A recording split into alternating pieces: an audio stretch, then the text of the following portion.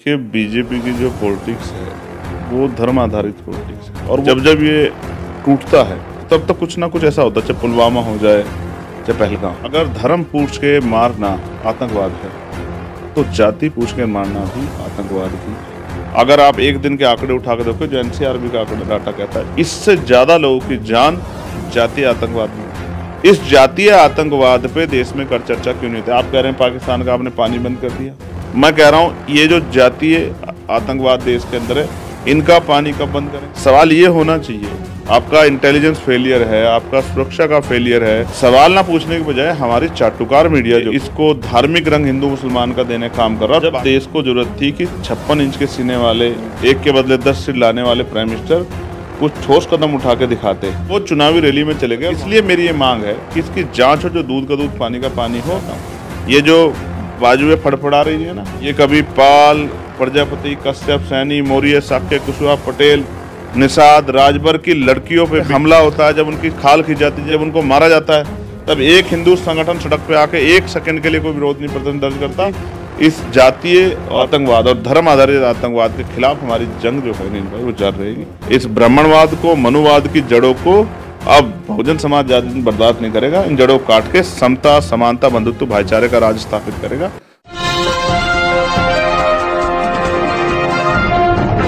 साथियों नमस्कार, मैं हूं नीरज पटेल और आप देख रहे हैं नेशनल जनमत।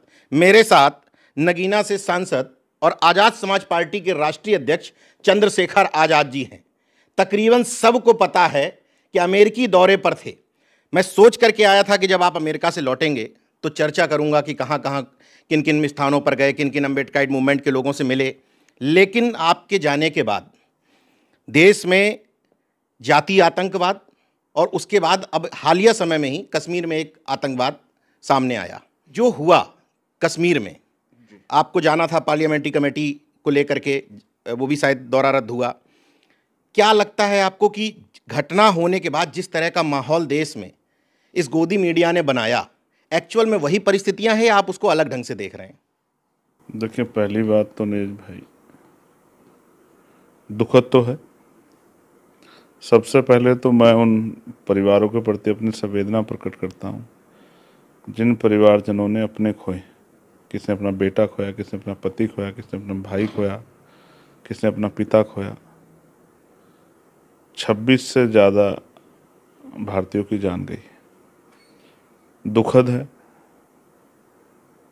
आदरांजलि उन सबको, और चिंतनीय है, और इस पर चर्चा होना बहुत ज़रूरी है। मैं स्पष्ट रूप से डॉक्टर बाबा साहब अम्बेडकर ने कहा था कि हम प्रथम और अंत्य भारतीय हैं। उन्होंने ये भी कहा कि जब मेरे हित में और देश हित में टकराव होगा तो मैं अपने देश की तरफ खड़ा रहूँगा, लेकिन जब मेरे हित में और मेरे समुदाय के हित में और देश में टकराव होगा तो मैं अपने समुदाय की तरफ खड़ा रहूँगा, क्योंकि उनको पता था कि उनके समुदाय की तरफ खड़ा होने वाला कोई दूसरा व्यक्ति नहीं।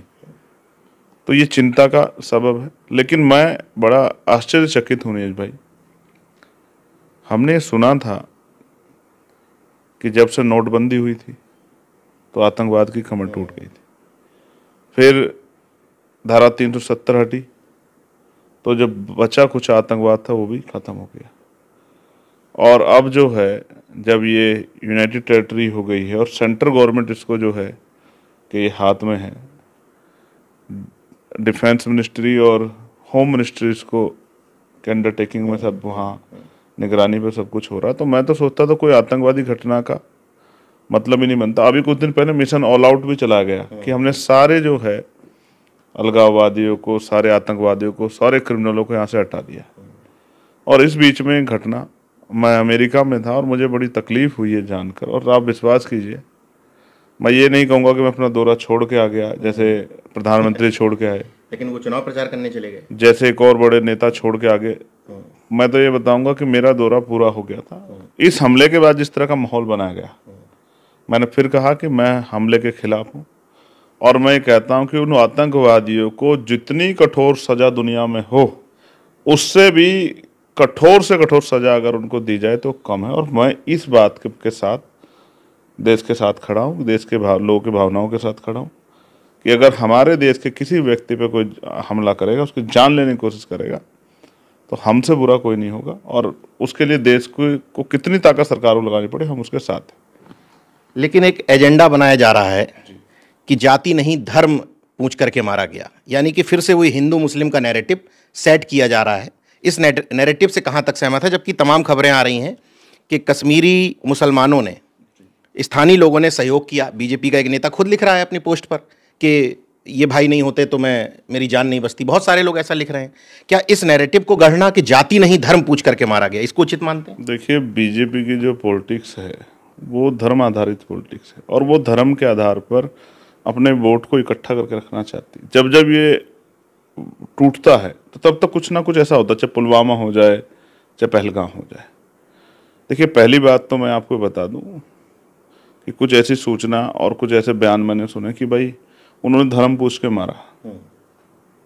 धर्म पूछ के इंसानियत का कत्ल करना ये एक बड़ा अपराध है। बिल्कुल। इसे करने वाला, चाहे वो कश्मीर से रिलेटेड हो, चाहे वो पाकिस्तान से रिलेटेड हो, मेरी नज़रों में आतंकवादी है। बिल्कुल। उसका कोई धर्म नहीं, उस पर वो किसी धर्म का उस पर कार्रवाई सख्त होनी चाहिए। लेकिन अगर धर्म पूछ के मारना आतंकवाद है तो जाति पूछ के मारना भी आतंकवाद ही है। सवाल ये होना चाहिए कि जहां आतंकवाद बिल्कुल खत्म हो गया था वहां 26 लोगों की जान लेने वाले कौन लोग हैं? जहां सब कुछ सीआरपीएफ के, कश्मीर पुलिस के उसमें, और वो होम मिनिस्ट्री देख रही है, केंद्र की हमारी सरकार देख रही है जो कहती है कि 56 इंच का मजबूत सरकार। तो उस सरकार के नेतृत्व में उस सरकार को जवाब देना चाहिए, सवाल उनसे पूछना चाहिए।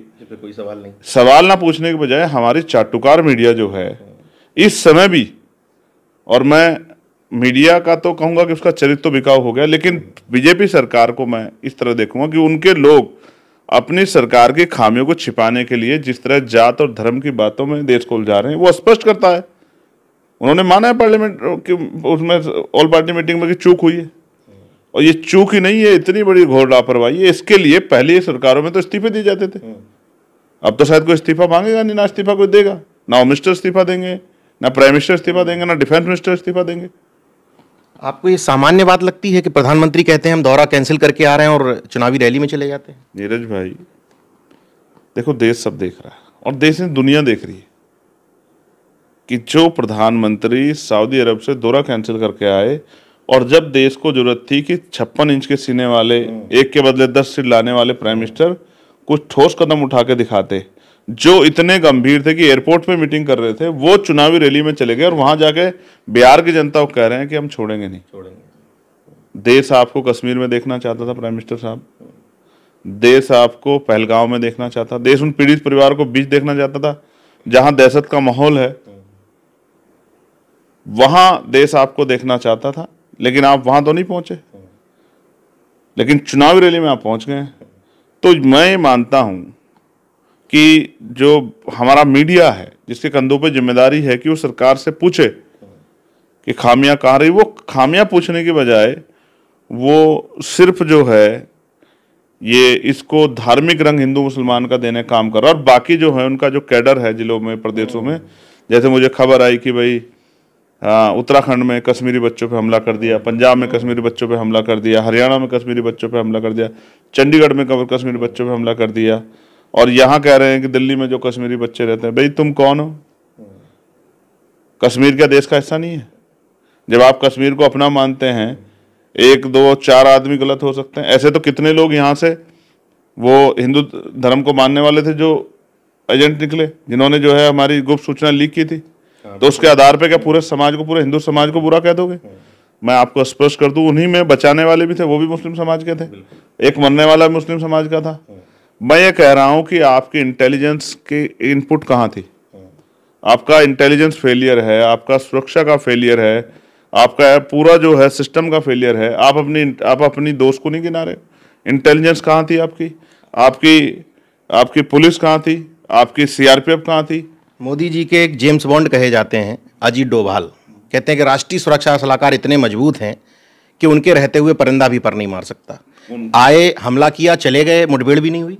अब ये राष्ट्रीय सलाहकार साहब जवाब दें कि वो एंट्री कर गए हथियारों के साथ, हर जगह चेकिंग होती है वहाँ, वो हथियारों के साथ कैसे एंट्री कर गए, हथियार उनके पास कहाँ से आए, खुले मैदान में मार के खुले मैदान में मार के चले गए, वहाँ कोई सुरक्षा व्यवस्था नहीं थी। और एक और चीज जो पीड़ितों द्वारा बताई कि 1.5 घंटे उसके बाद भी लोग तड़पते रहे, लेकिन एम्बुलेंस नहीं पहुंची, डॉक्टर के यहाँ नहीं ले जाया गया, बल्कि स्थानीय लोगों ने 1.5 घंटे में पुलिस नहीं पहुंची, 1.5 घंटे में सुरक्षा एजेंसी नहीं पहुंची। मैं फिर ये क्यों ना मानूं कि इसकी कठोर जांच होनी चाहिए, इसकी सुप्रीम कोर्ट की निगरानी में और सीबीआई द्वारा इसकी जांच हो। हालांकि सारी एजेंसियों को सेंट्रल गवर्नमेंट इन्फ्लुएंस कर सकती है, लेकिन फिर भी क्योंकि हमें न्यायपालिका पे भरोसा है, हमें अपनी जांच एजेंसी पे भरोसा, इसलिए मेरी ये मांग है कि इसकी जांच हो, जो दूध का दूध पानी का पानी हो।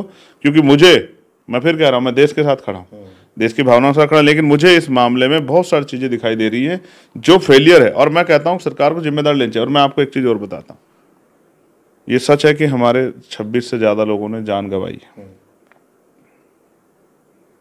इस पे मेरा शक ये भी हो जाता कि आतंकवादी इतने दयावान नहीं हो गए कि उनकी पत्नी को कहे कि जाओ उसको छोड़ दिया, बच्चों को छोड़ दिया। आतंकवादी होता है, वो तो अपनी संख्या बढ़ाता कि हमने इतने लोगों को नुकसान पहुंचा दिया। ऐसा लगता है जैसे कोई खेल है कि जाओ घर जाके मोदी जी से कह देना, ठीक है, वो मैसेज जो सूट करे गोदी मीडिया। अब आप समझो, ये पूछना बताना कि वो मुस्लिम नहीं थे इसलिए मुस्लिम नहीं थे इसलिए मारा गया, और फिर मोदी जी को कह देना, जैसे एक पिक्चर का कोई सीन बना हुआ हो ना, वो बिल्कुल ऐसा लगता है। लेकिन उससे बड़ी बात है, ये तो आतंकवाद है जिसमें धर्म की बात हो रही है। लेकिन जो जातीय आतंकवाद भारत में, अगर आप एक दिन के आंकड़े उठा के देखो, जो एनसीआरबी का आंकड़ा डाटा कहता है, इससे ज्यादा लोगों की जान जातीय आतंकवाद में होती है।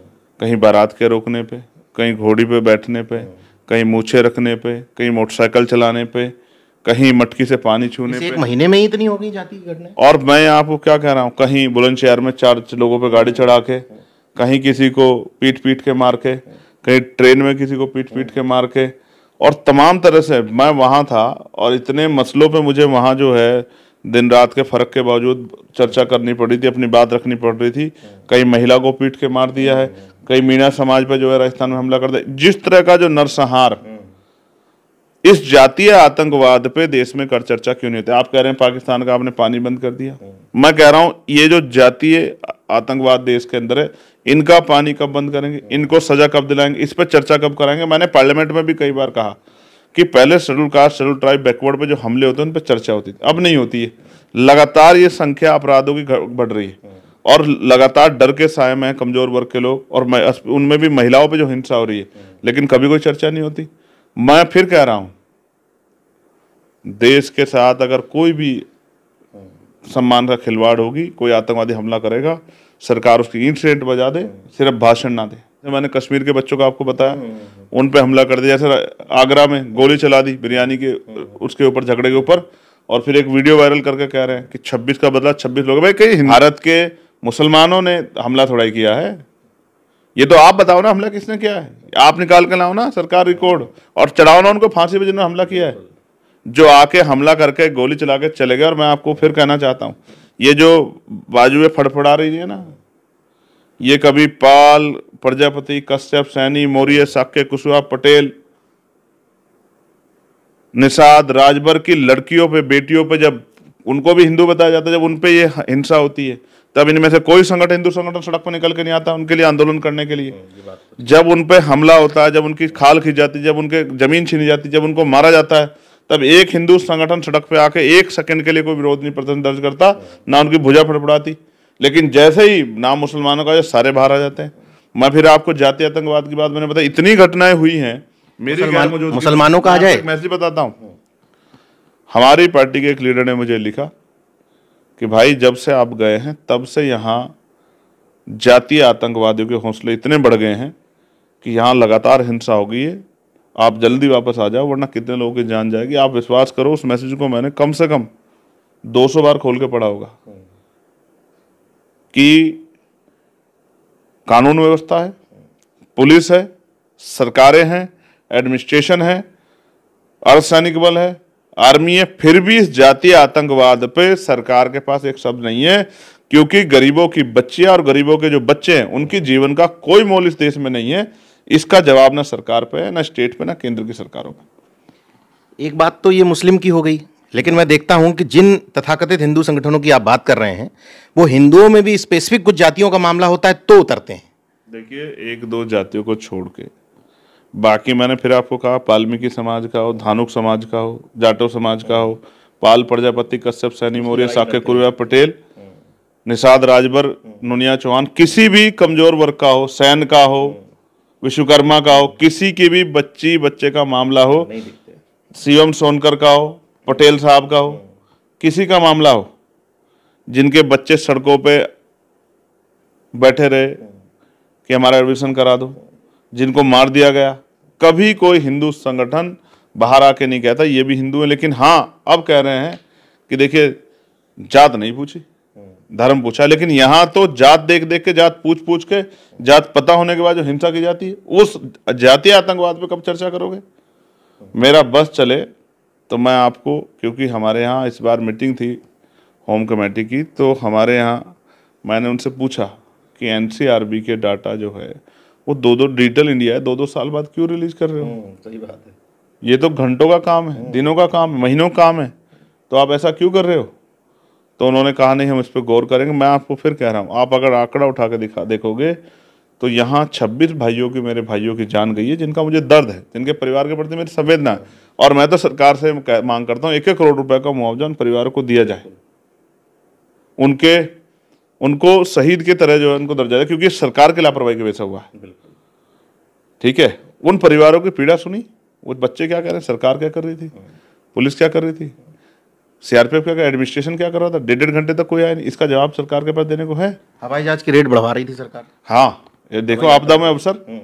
आप, ये हमेशा होता है, चाहे कोई धार्मिक कार्य, वैसे सबसे बड़े हिंदू हैं, लेकिन जब धार्मिक कार्य होगा, प्रयागराज होगा, तो ये टिकट के रेट बढ़ा देंगे। और जब वहां से लोगों को लौटना था तो उन्होंने टिकट के रेट बढ़ा दिए। जो टिकट 4,000 रुपए का था वो उन्होंने 12,000 14,000 कर दिया, क्योंकि इनको आपदा में भी जेब काटनी है। और सरकार इस बात का बैठ कर तमाशा देखती है। हमेशा होना ये चाहिए था कि जितने लोग वहां से लौट रहे घर से इस्लाम हो जाए तो इसकी व्यवस्था सरकार करती, उनके टिकट करा के देती, उनको रुकने की व्यवस्था कराती। लेकिन इसको कराने की वजह, ये काम कश्मीर के लोगों ने तो किया। हमारे यहाँ की मीडिया और हमारे यहाँ की सरकार तो सिर्फ और सिर्फ अपना बचाव कर रही थी, और मीडिया तो पूरे उसको एक अलग रंग देने का प्रयास कर रही थी।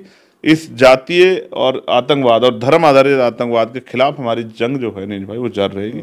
हमारी पार्टी भी सब जगह पे अपना जो है संवेदना प्रकट करने के लिए श्रद्धांजलि के कार्यक्रम उन्होंने रखे हैं। लेकिन मुझे तब तक श्रद्धांजलि मैं मन से स्वीकार नहीं करूँगा जब तक कोई ठोस कार्रवाई सरकार नहीं करती।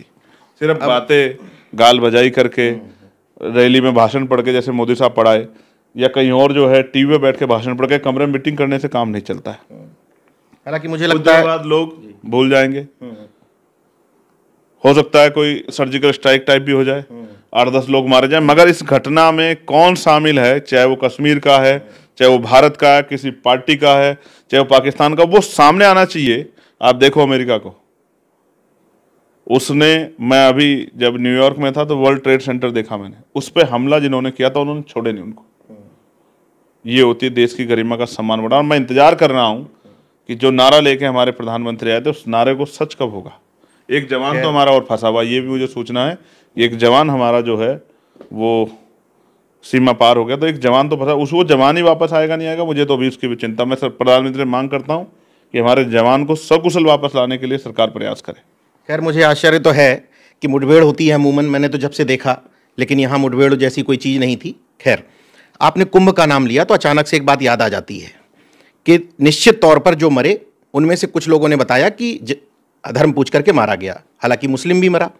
लेकिन कुंभ में इनका आधिकारिक आंकड़ा 26 है, कुंभ का आधिकारिक आंकड़ा माने, हालांकि उस आंकड़े को कई लोगों ने 30 फिर भी अगर इनका इससे ज़्यादा था, वहाँ 30 के 30 हिंदू मरे थे।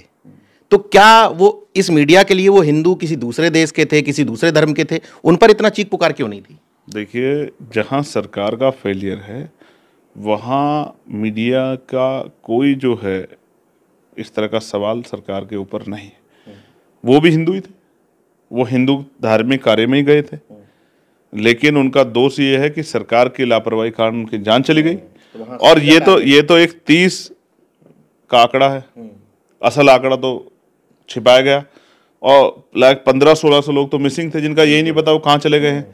तो मैं फिर आप कह रहा हूँ वो हिंदू नहीं थे, उनके परिवार के आंसू आंसू नहीं थे, उनकी तकलीफें नहीं थी। जब उनको ये कहा गया, नहीं बैठ रहे थे, एजेंडे में फिट नहीं, वो जब उनके परिवारों को कहा गया कि लाश ले जाओ, लेकिन इस शर्त के साथ कि ये स्वीकार करके जाओ कि ये नहीं कहोगे कि वहाँ उसमें कुंभ के मेले में जो है भगदड़ में इनकी जान गई है, किस तरह लोगों ने खून किया, और अभी तक लोग इंतजार में बैठे हैं क्योंकि वो एजेंडे में फिट नहीं बैठता है, वहां से पॉलिटिक्स नहीं होती है। इसलिए जो है आप उस पर चर्चा नहीं करोगे, आप उस पर सवाल नहीं खड़ा करोगे, इसमें माइक नहीं घुसेड़ोगे सरकार के मुंह में। लेकिन अब जाके आप कश्मीर में माइक घुसेड़ोगे, अब जाके आप जो है कश्मीर में। लेकिन मैं तो फिर कहता हूं ना, हमारा चरित्र दोहरा नहीं है, हम देश के साथ खड़े हैं, और इस पे अगर सरकार कार्रवाई करती है तो सरकार के साथ खड़े हैं, लेकिन फिर इस बात के साथ भी कि जवाब तो सरकार को देना पड़ेगा। अगर यही सरकार दूसरी होती तो अब आप समझो, फिर वहाँ इस्तीफों की मांग होती, फिर वहाँ जो है चूड़ियाँ तोड़ी जाती, फिर वहाँ जो है ढक्कन बजाए जाते, फिर वो वहाँ के जो कि सारे कुछ होते साम, मीडिया भी सवाल पूछ रहा था, सरकार जवाब दे, सरकार जवाब दे, सरकार जवाब दे। आज जो है वो इस तरह का एजेंडे का माहौल बनाया जा रहा है, जिससे सरकार को जवाब देने की बजाय, जो ट्रेन के एक्सीडेंट में मरते हैं वो भी हिंदू ही थे, जो दिल्ली में मरे, जो सड़कों पे मरे, जो परेशान रहे, वो सब हिंदू थे, उनका कोई सवाल नहीं था। लेकिन आज सवाल जो है वो हिंदू का इसलिए बनाया जा रहा है क्योंकि वो सरकार के एजेंडे में फिट बैठ रहा है। और मुझे नहीं लगता कि कोई बहुत जो है इसमें भी कोई कामयाबी, इसमें कोई जांच होगी।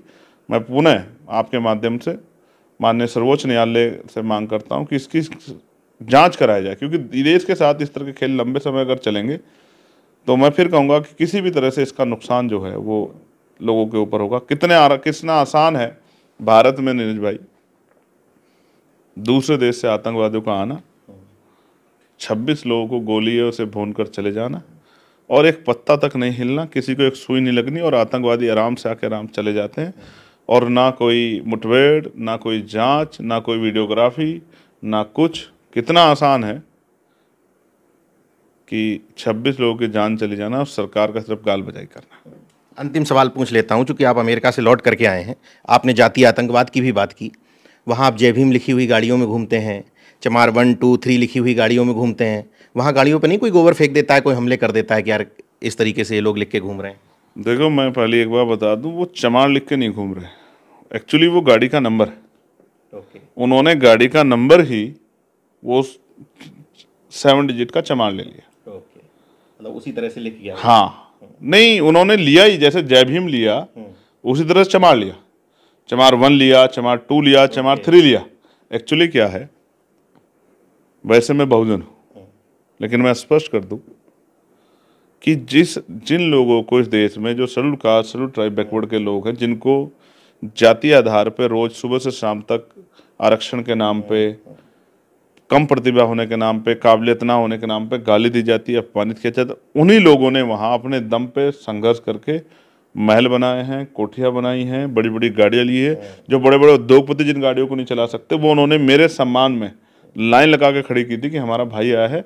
और मैंने वो इसलिए दिखाई कि जिनको नीची जात नीची जात नीची जात कह के जो है अपमानित करने काम देश ने किया, जिनके अधिकारों पे जो है अतिक्रमण करके उनकी तरक्की को रोक कर रखा, जब उनको मौका मिला, जहां गैर बराबरी नहीं है, जहां समता के अवसर, वहां आरक्षण नहीं है, वहां आरक्षण है तो ब्लैक लोगों को अफर्मेटिव एक्शन के नाम पे, वहां शेड्यूल कास्ट के लोगों को, इंडिया के शेड्यूल कास्ट के लोगों को या इंडिया किसी भी कास्ट के लोगों को आरक्षण नहीं है।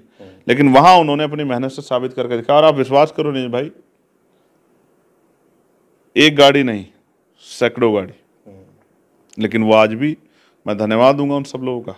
मैं जितने स्टेट में घूम के आया हूँ, चाहे कैलिफोर्निया हो, चाहे सियाटल हो, चाहे वेगस हो, चाहे शिकागो हो, चाहे डैलस हो, चाहे न्यूयॉर्क हो, चाहे वाशिंगटन डीसी हो, चाहे सैन फ्रांसिस्को हो, चाहे सेक्रामेंटो हो, आप पीटर्सबर्ग हो, आप विश्वास करके देखो क्या गुरुद्वारे बनाए उन्होंने, गुरुघर महाराज रविदास जी के, और क्या उन्होंने जो है घर बनाए, क्या उन्होंने बिजनेस डेवलप किया, क्या उन्होंने गाड़ी, क्या इस तरह का जो किया, देख के दिल को सुकून मिला कि अगर भारत में गैर बराबरी होती तो वंचित वर्गों की तरक्की के रास्ते यहाँ रोके। हमले कर दिए जाते अभी तक तो। हमले कर दिए जाते, पता नहीं क्या क्या हो जाता।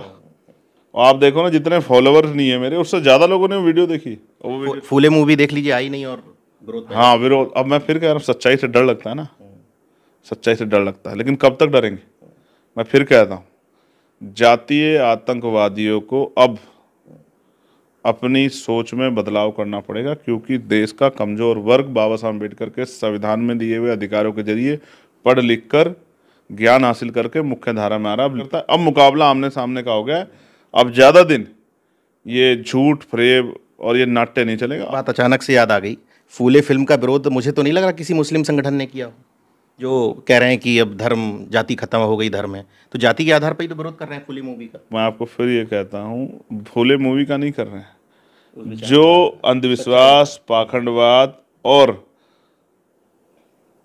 सामाजिक व्यवस्था में बड़ा छोटा ऊंचा नीचापन बना के जो लोगों को के तरक्की में जो अवरोध पैदा किया गया था, कमजोर वर्गों को आगे बढ़ने जो रोका गया था, वो उनका जो झूठ था वो जनता के सामने ना जाए, इसलिए पीड़ हो रही है। और ये पीड़, अब मैं फिर कह रहा हूँ, फूले मूवी बनी है, कल हो सकता है पेरियार मूवी बने, परसों हो सकता है पेरे लली यादव मूवी बने, फिर मामला रामसु वर्मा जी के ऊपर, फिर संतराम बी प्रजापति जी के ऊपर बने, फिर बाबू जगदेव प्रसाद जनवाद कपूरी ठाकुर जैसे मांझी जी के ऊपर बनी है, जिन्होंने पत्थर का सीना चीर दिया था।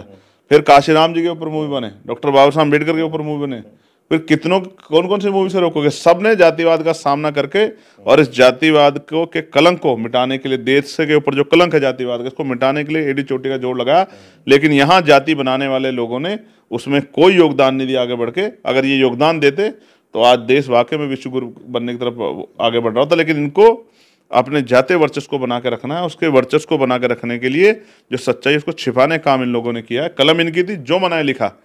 इस ब्राह्मणवाद को, मनुवाद की जड़ों को अब बहुजन समाज ज्यादा दिन बर्दाश्त नहीं करेगा। इन जड़ों को काट के समता, समानता, बंधुत्व, भाईचारे का राज स्थापित करेगा। और जैसा राज मैंने वहाँ बेगमपुरा का देखा, वैसा राज यहाँ भी आएगा। कमजोर वर्गों के लोगों को रोटी, कपड़ा, मकान, रोजगार, अच्छी शिक्षा, अच्छी चिकित्सा और आत्मसम्मान का जीवन मिलेगा। इस लक्ष्य को लेकर, इस सपने को देख के मैं वहाँ से आया हूँ और यहाँ हम लोग दिन रात मेहनत करके लोगों को जगाने का काम करेंगे। देखिए, एक बहुत अच्छा उदाहरण है। मैं इस बात पर चर्चा करना चाहता था कि एक सांसद जब लौट करके आएंगे तो उनसे पूछेंगे कि वहाँ अम्बेडकराइट मूवमेंट कैसा चल रहा है, वहाँ लोग कैसे रह रहे हैं, कैसे तरक्की से जीवन जी रहे हैं। लेकिन इस दौरान माहौल इतना खराब हो गया कि मुझे चर्चा दूसरे विषयों पर करनी पड़ी, क्योंकि ज़्यादा जरूरी थी।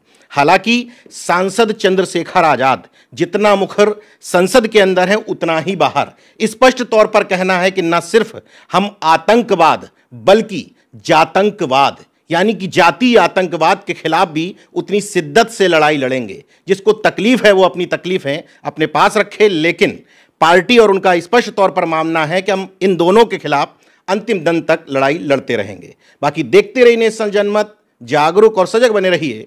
जय विज्ञान, जय संविधान, जय लोकतंत्र। धन्यवाद।